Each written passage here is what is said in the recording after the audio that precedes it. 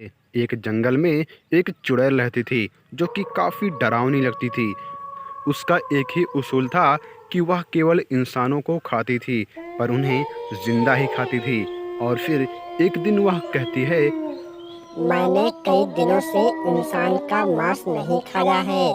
अब मुझे इंसान का मांस खाना है। कितने स्वादिष्ट होते हैं इंसान। इंसानों का मांस खाने में कितना अच्छा लगता है। अब मुझे इंसान का मांस खाना है। इसके लिए मुझे इंसानों के गांव में जाना होगा। मैं अब इंसानों के गांव में जाऊंगी। और इतना कहकर वह चुड़ैल इंसानों के गांव जाने का प्लान करती है। और फिर वह एक औरत का रूप लेकर इंसानों के गांव जाने लगती है। चुड़ैल के जंगल के बगल में एक सीतापुर नाम का एक छोटा सा गांव था और चुड़ैल इसी गांव की ओर आ रही थी। यह बात गांव के लोगों को नहीं पता थी। गांव का एक बूढ़ा व्यक्ति गांव के बाहर घूम रहा होता है और घूमते घूमते वह जंगल के किनारे पहुंच जाता है। चुड़ैल उस बूढ़े व्यक्ति को आता हुआ देख लेती है और फिर उसे खाने के लिए उसकी ओर तेजी से भागती है। चुड़ैल जैसे ही उस बूढ़े व्यक्ति के पास पहुंचती है तो उसे देखकर वह बूढ़ा व्यक्ति डर जाता है और कहता है, तुम कौन हो? हटो मेरे रास्ते से, मुझे जाने दो यहाँ से, मुझे अपने घर जाना है। और फिर चुड़ैल कहती है, ऐ बुड्ढे, कई दिनों से मैंने इंसानों का मांस नहीं खाया है और इंसानों का मांस मुझे बहुत अच्छा लगता है। मीठा मीठा इंसानों का मांस होता है और आज मैं तुझे खाकर अपनी भूख मिटाऊंगी, क्योंकि मैंने कई दिनों से इंसानों का मांस नहीं खाया। वाह वाह, इंसानों का मांस भी कितना स्वादिष्ट होता है। आज मैं तुझे खाऊंगी और अपनी भूख मिटाऊंगी, क्योंकि मैंने कई दिनों से इंसानों का मांस नहीं खाया है।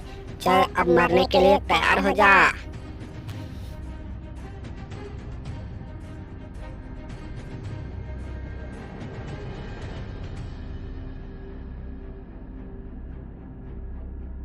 इंसानों का मांस खाने में मुझे बहुत अच्छा लगता है। इंसानों का मांस कितना स्वादिष्ट होता है।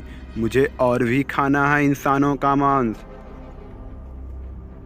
और फिर चुड़ैल इतना कहकर वह खुशी से झूमने लगती है और फिर से वह एक औरत का रूप ले लेती है और फिर से वह गांव की ओर बढ़ने लगती है।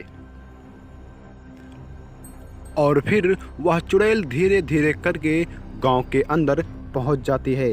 गांव के अंदर वह जब आती है तो उसे दो बच्चे खेलते हुए दिखाई देते हैं। उन बच्चों को वह देखते ही उन पर हंसने लगती है और उन्हें धीरे धीरे करके अपने वश में करने लगती है।